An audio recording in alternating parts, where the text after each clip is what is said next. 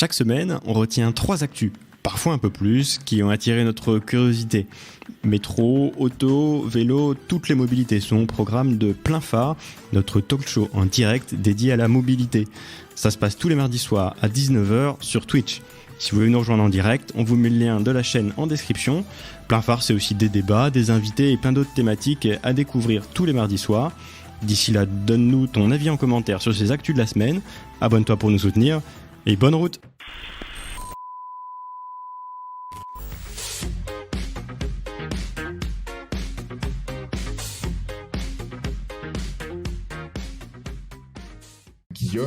Guillaume, on va commencer par la toute première actualité. Elle est toute chaude puisque la voiture vient d'être présentée aujourd'hui.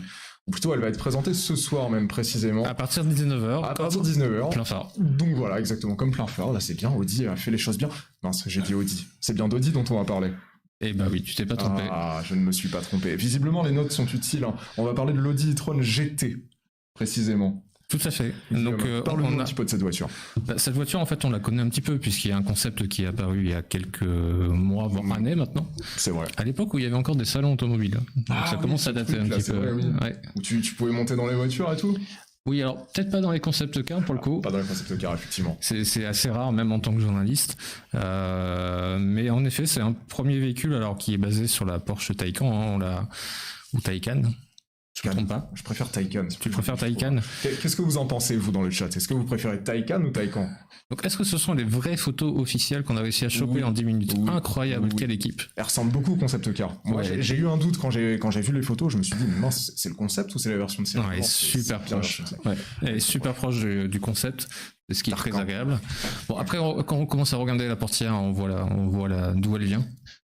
Puisqu'on reconnaît un petit peu la forme de la Porsche Taycan. Oui, pardon. Mais à la ligne peut-être un peu plus musclée, et pourtant c'est pas une Porsche, c'est une Audi, plus sportive. Ça va être assez intéressant de voir si le marché est capable d'absorber une électrique supplémentaire de l'autre gamme, mais pourquoi pas finalement. Oui, parce que finalement, c'est vrai qu'il y en a de plus en plus. Au-delà de la Porsche Taycan, t'as la Tesla Model S, t'auras bientôt la Mercedes EQS qui va arriver. Oui. Alors, Guillaume, si j'ai bien compris, vu que c'est une base de Porsche Taycan, elle aura a priori les mêmes puissances. J'ai compris que c'était entre 350 kW et 440 kW, ce qui correspond grosso modo à 476, on a fait le calcul, jusqu'à 598 chevaux. Tout à fait, j'ai plus rien à dire du coup. Ouais, non, Presque. Si, peut-être un 0 à 100 km/h. Il serait à combien? Entre 3,3 et 4,1 secondes. Toi, qui est t'as pas plutôt le temps, pas tu mal. raisonnes en 3,3, 4,1... Pas le temps de dire virgule. Non, pas le temps. D'accord, pas le temps. Pas le temps, sinon on est en retard. Bah bien Par sûr, rapport à bien cette sûr. accélération. Pas autant que François, on peut quand même être en retard. Ça va, c'est la petite blague du soir. Et pour répondre à Eric, si on s'abonne, oui, il y aura des jeux de mots supplémentaires de François, donc mince, je sais pas si c'est un argument en fait. Bon, en tout cas, on va pas faire de jeu de mots sur le nom e-tron parce que on pourrait en faire des planqués. Je demande à Romuald en régie, j'ai mis la photo d'une e-tron d'une couleur magnifique. Voilà. Oui, voilà. Oh. C'est clairement une couleur e-tron, on est d'accord. Allez. Il fallait la faire, mais oui, pourquoi pas. Ah bah ouais, non, mais je me suis dit vraiment... Nicolas Meunier dans nos cœurs qui a photographié un e-tron Quattro à la Selle Saint-Cloud. Je vous la laisse évidemment. Je ne toucherai pas à cela. Non, mais c'est... Alors, au-delà du nom qui peut nous faire penser à plein de choses en France, c'est la nomenclature même de cette gamme e-tron qui pose compliqué, hein. Ouais, entre la e-tron GT, la e-tron tout court, la e-tron Sportback. C'est ça. Et surtout que là, j'ai envie de dire qu'encore pour l'instant ça va, mais dans quelques mois, il y aura un SUV compact électrique sur base de Volkswagen ID4 et il s'appellera Q4 e-tron. Là, c'est plus logique déjà, je trouve, qu'on ait un nom de modèle plus le e-tron. Mais ça sera le roi ou pas des SUV? Je ne sais pas. Je ne sais pas. Personne n'avait mon jeu de mots? Je suis pas sûr Oh là d'avoir compris. Bah, e-tron en haut du trône. Bah oui, il va trôner sur... Oh là là là là. Cela dit, un Q4, normalement, c'est un carré de dame. Et c'est quand même le carré de roi qui gagne parce que dans le jeu de cartes, le sexisme règne encore. Cela dit... le mot de la fin sur cette âme. Et oui, ils se sont complètement perdus. ils se sont complètement perdus. À partir du moment où ils ont lancé l'e-tron Quattro, ils pensaient qu'avoir un seul modèle électrique dans une gamme, ça suffirait. Maintenant, ils sont obligés d'avoir des gammes électriques complètes. Ah, mais c'est ça. Et un peu comme EQC, EQA, EQB, et ça commence à être encombré parce que soit les noms sont déjà pris, soit dans les architectures et dans les arborescences, ça commence à être un petit peu encombré en haut. Et encore, je trouve que Mercedes a un tout petit peu mieux géré que Cody sur le sujet, mais ouais, je pense qu'à l'avenir, ça va poser quelques soucis. Et à l'origine, Tron, ça vient d'où? Ça vient du trône de Game of Thrones. Non. Non. Ah. Du film alors. Tout à fait. Les années 80, c'est une évocation au film de science-fiction Tron, qui a été ressuscité par Disney au milieu des années 2010 avec une fantastique BO signée des Daft Punk, qui pour la première fois touchait à un orchestre symphonique. Ils en ont d'ailleurs un peu abusé en nappe sonore, mais c'est toujours agréable à écouter. Carrément. Et Tron était une évocation un petit peu techno. Comment est-ce qu'on appelle ça d'ailleurs? C'est plus une. C'est de la culture geek, quoi. Parce que là, tu vois, finalement, j'aime bien avec cette et ça passe bien classification-là. de dire que toutes les gammes qui sont un peu para-pétrolières, pour le coup, ou para-énergétiques, avaient ce côté un petit peu technophile. C'est ça. Après, c'est toute la question du à terme, finalement, parce que ça a son sens, ou ça avait son sens il y a encore quelques années, mais si dans les prochaines années, toutes les voitures deviennent électriques, ça aura un peu moins de sens. Mais ça pourrait faire l'objet d'un débat central, je pense, intéressant. Moi, ça me plairait beaucoup. Comment les constructeurs automobiles intègrent justement leur gamme, leur nouveau modèle électrique. Tu vois, Par contre, là, tout de suite, on va évoquer la Lancia Y qui est restylée pour la 58e fois. Non, tu exagères un petit peu. Pour la 2e fois sur cette génération-là, ça fait 10 ans qu'elle est sortie. Restylée précédemment en 2015. À peu près, oui. Cette fois 2021. Juste après sa monopolisation du marché italien, si je peux me permettre. Bonsoir Yann Solo, je dis bonjour. Et Eric, c'est Lancia qu'il faut dire. Oui, Lancia comme Dacia, Y. C'est un U. C'est un Y. Qui se prononce en grec U. Oui, mais là on est en italien. Moi, les Grecs, j'aime pas trop ça. Non, c'est pas vrai en plus. Bon, allez, parle-nous de cette voiture, Guillaume. Cette voiture est intéressante puisque elle est basée sur la Fiat Panda, qui vit aussi une carrière très très longue. C'est vrai qu'elle est toujours là. Un petit racing qui se limite à l'avant principalement, avec une calandre qui retrouve ses barrettes verticales qu'on avait connues sur plusieurs modèles. Mais si, François. Oui, non, mais la Delta restylée. La Delta restylée. Le Fedra restylé. Tout à fait. Donc la calandre évolue. De prison, c'est son nom, c'est ça, je crois. Waouh. Donc elle a emprisonné un moteur qui se met à l'hybride, comme les autres modèles de Fiat. D'ailleurs, les chevaux trépinent, c'est pour ça que c'est une Lancia.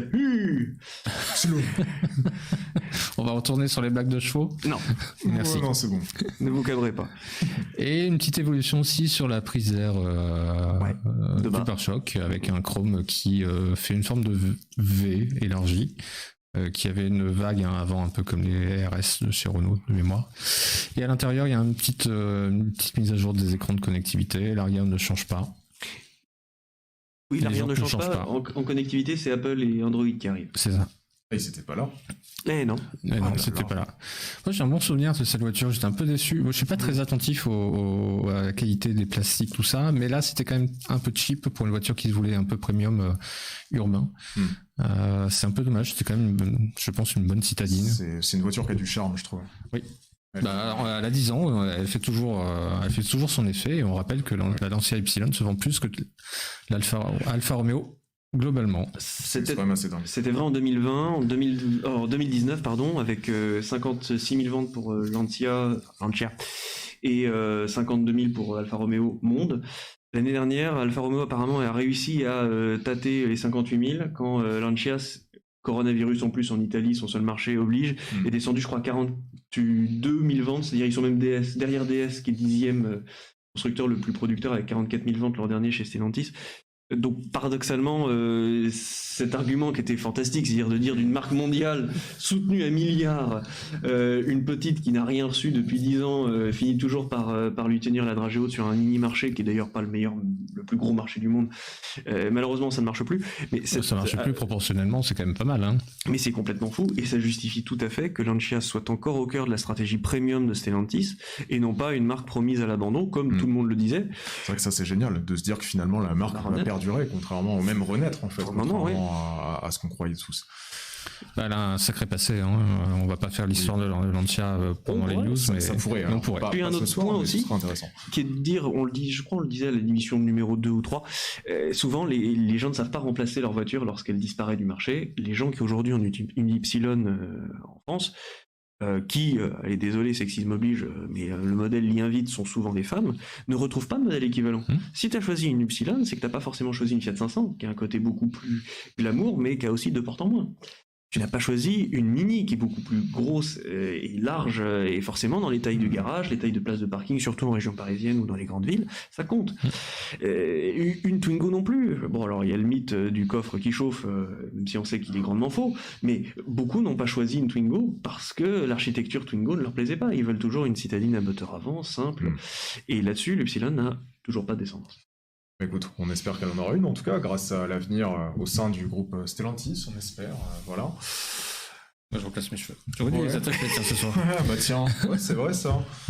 Bon, Lancia Ypsilon, Audi e-tron GT, c'est quoi le prochain sujet? Bon, on va parler un peu de mauvaises nouvelles. Une petite mauvaise nouvelle. Si tu veux, vas-y. Bah, il on a eu les chiffres du marché français. Ouais. Au mois de janvier. C'est la déprime. Alors, une petite déprime quand même. Parce qu'il faut se rappeler que le mois de janvier 2020 était encore dans sa lancée. Qu'est-ce qu'il fait? Non pas dans sa Lancia.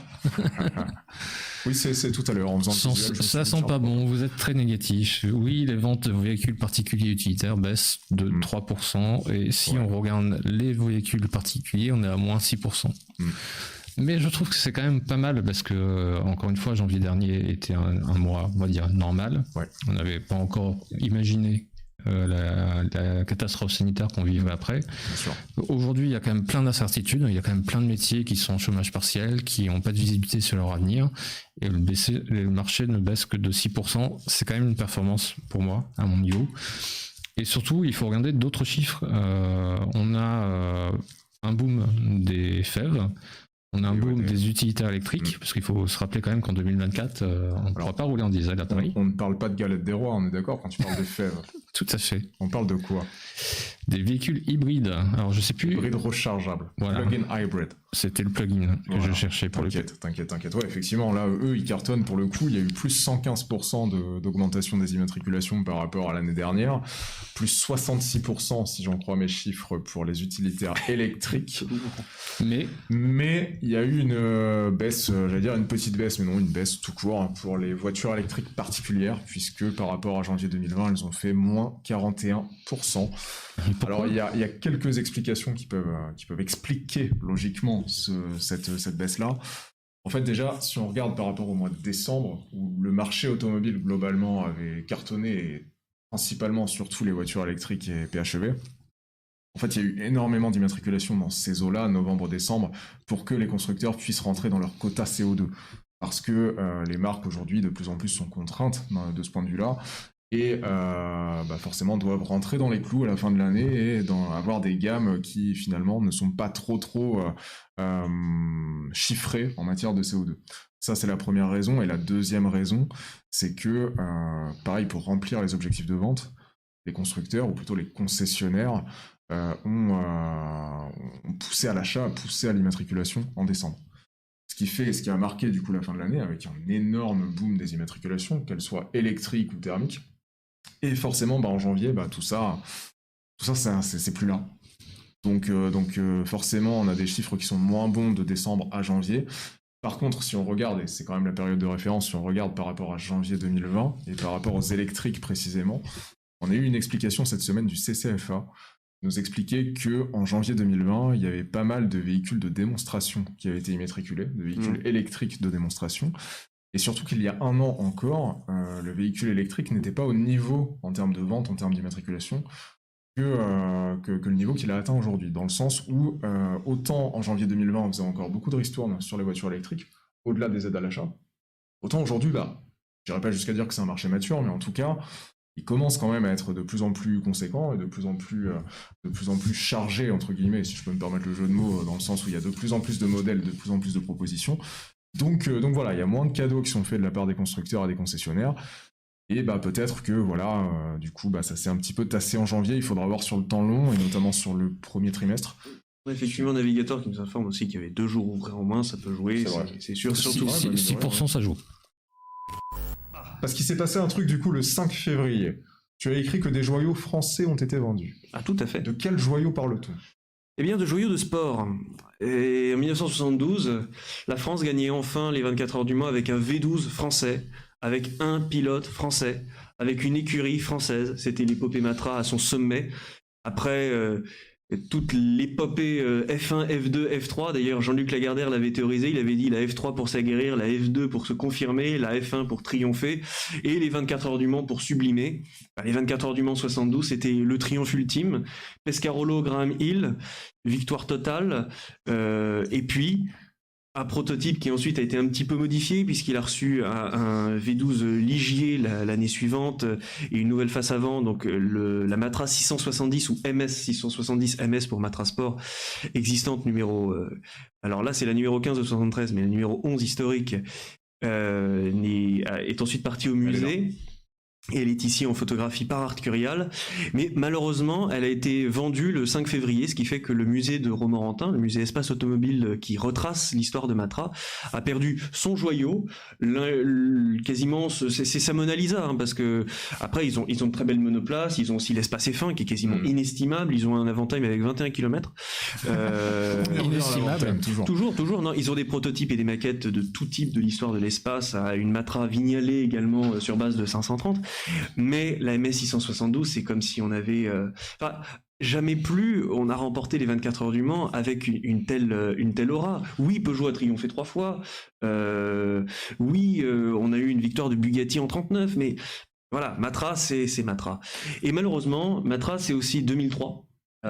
Fin de l'aventure de Matra Automobile lorsque Jean-Luc Lagardère a d'abord arrêté l'aventure Matra puis ensuite est mort et que son fils n'a rien changé. Des salariés, une petite centaine de salariés ont crié au licenciement abusif, ont porté l'affaire devant les tribunaux et avec sa vitesse légendaire après 3 recours, la justice française a rendu son jugement 17 ans après, en 2020, jugeant bien Matra Automobile coupable de licenciement abusif et de ne pas avoir tout fait pour sauver son entreprise.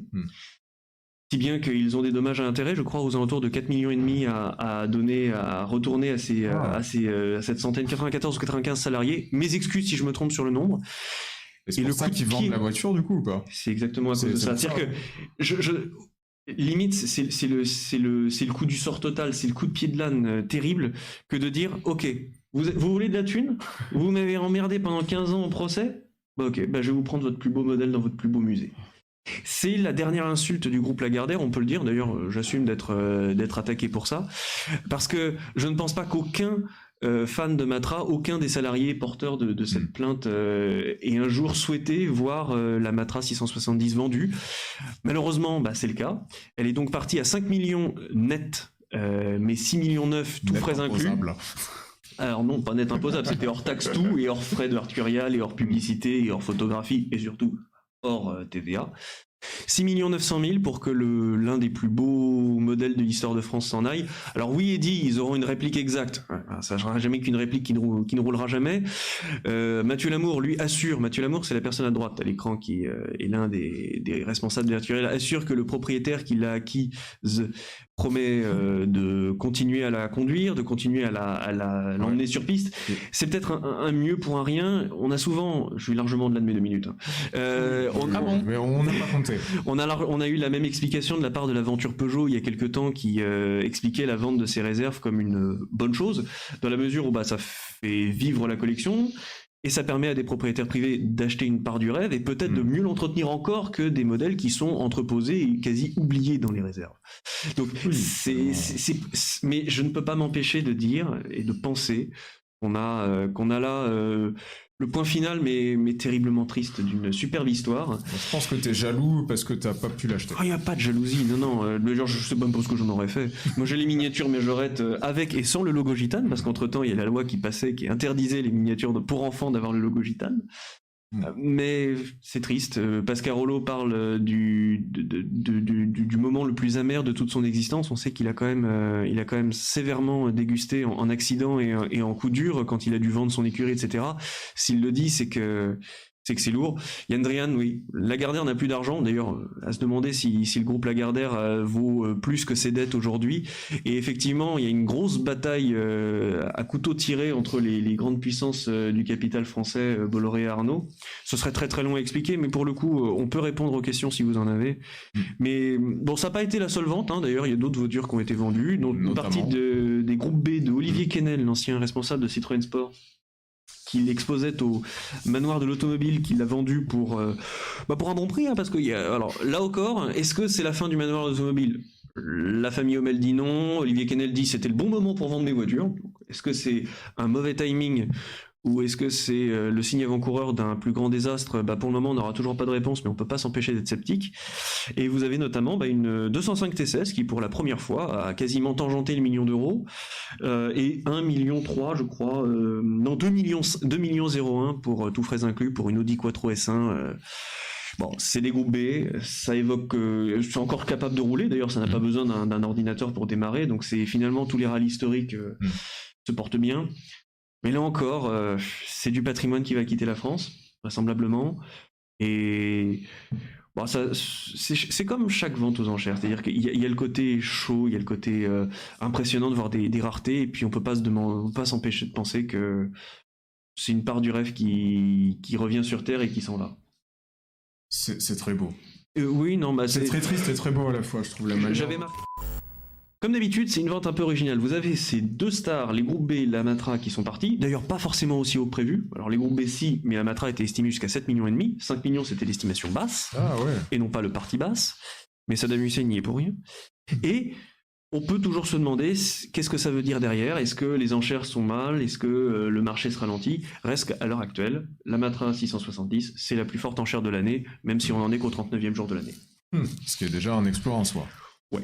Petite question supplémentaire, cette vente aurait dû se dérouler pendant Rétromobile. Tout à fait, c'est en fait la vente de Rétromobile dont d'ailleurs l'annulation de Rétromobile a fait espérer aux fans de Matra que la vente de leurs joyaux était reportée. Le salon, oui, la vente, non. Eh oui, il y a des raisons économiques qui ne se discutent pas. Eh oui, c'est comme ça. On a fait le tour des actualités ? On a fait le tour des actualités.